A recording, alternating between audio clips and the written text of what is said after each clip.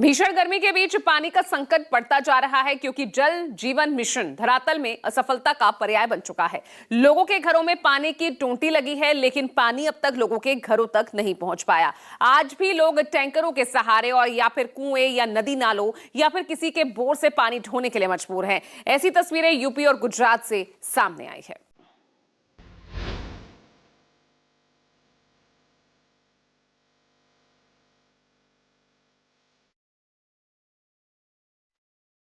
शहर शहर यही कहानी, नहीं है पीने का पानी।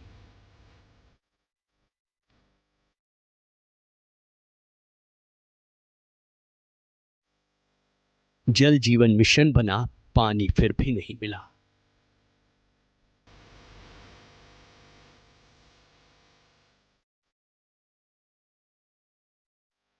घर घर की यही कहानी, लोग ढो रहे पीने का पानी।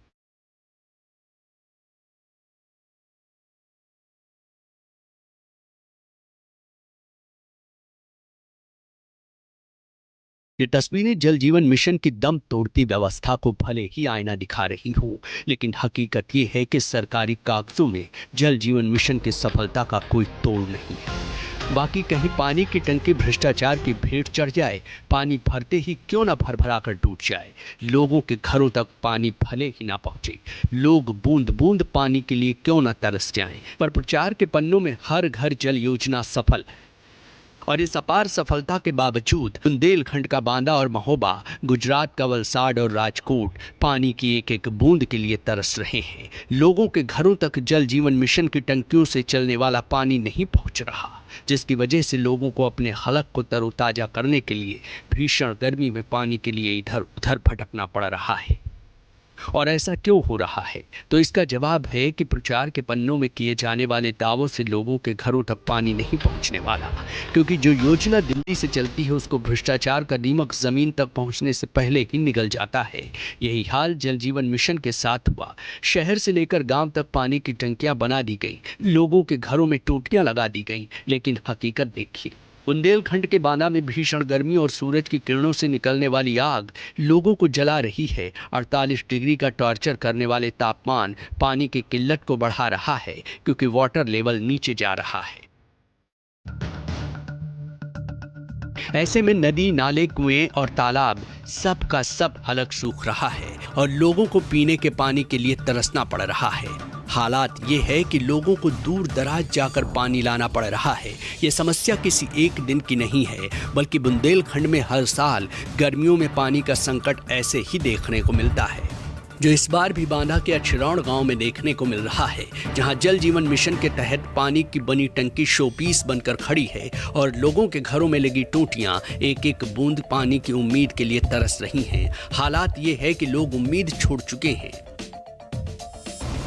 व्यवस्था का सबसे क्रूर पहलू पता है क्या होता है? कि उम्मीदों का टूट जाना। लोगों ने सोचा था कि जल जीवन मिशन की सफलता उन्हें गले को तरोताजा करने में मदद करेगी, पर सच ये है कि गांव-गांव जल जीवन मिशन का हलक सूख रहा है।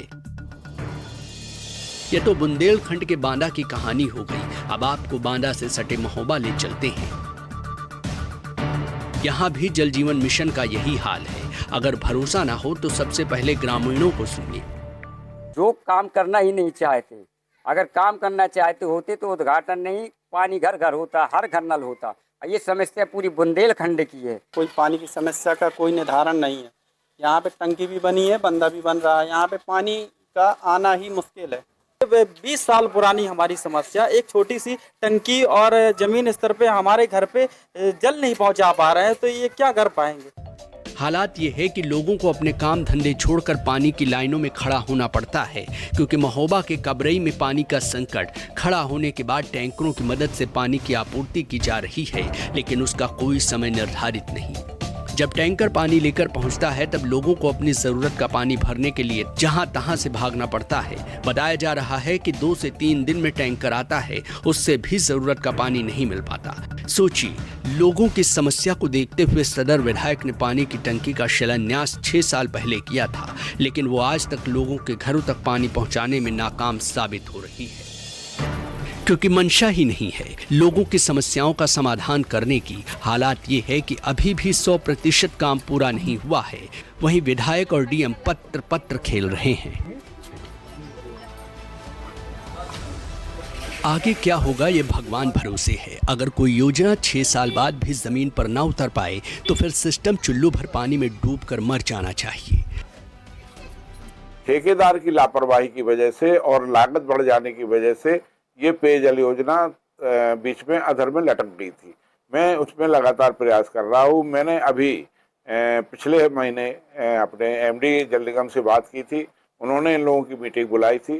जिलाधिकारी द्वारा भी इन लोगों की मीटिंग बुलाई गई थी जल निगम की और ठेकेदार की, और उनसे कहा गया था इसको पूरा किया जाए। इसमें इंटक बेल का काम पूरा हो चुका है, टंकी का निर्माण पूरा हो चुका है और लगभग 90% पाइपलाइन भी बिछाई जा चुकी है। थोड़ा सा काम इसमें शेष है।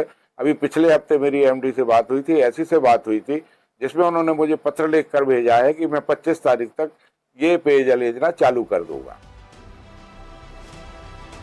अब आपको ले चलते हैं गुजरात, यानी कि प्रधानमंत्री मोदी के गृह राज्य। यहाँ के भी हालात ठीक नहीं हैं। खबर है कि वलसाड जिले के कपराड़ा तालुका में भी हर घर नल से जल योजना के तहत लगाई गई टोटियां पानी के लिए तरस रही हैं। देखिए ना, चेरा पूंजी कहे जाने वाले मोती पलसाड़ गांव के लोग इस तरह की भीषण गर्मी में पानी की एक एक बूंद के लिए तरस रहे हैं। यहाँ की महिलाएं अपना जान जोखिम में डालकर 45 फीट गहरे कुएं में उतरकर पानी भरने को मजबूर हैं। कई बार महिलाएं पानी लेकर चढ़ने में हादसे का शिकार हो जाती हैं। बताया जा रहा है कि इसी समस्या का समाधान निकालने के लिए 586 करोड़ की लागत से एस्टोल समूह जल आपूर्ति योजना शुरू की गई थी, लेकिन वो कागजों से धरातल तक कभी नहीं पहुंच पाई, जिसकी वजह से आज भी लोग पानी के लिए ऐसी मुसीबतों का सामना कर रहे हैं।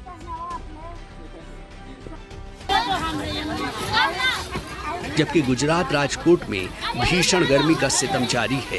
मौसम विभाग ने रेड अलर्ट घोषित कर रखा है, यानी कि लोगों को धूप में बाहर निकलने से बचना चाहिए। पर मजबूरी तो देखिए, पानी के लिए 44 डिग्री तापमान के बीच महिलाओं को अपनी बारी का इंतजार करना पड़ रहा है ताकि उन्हें पीने का पानी मिल सके।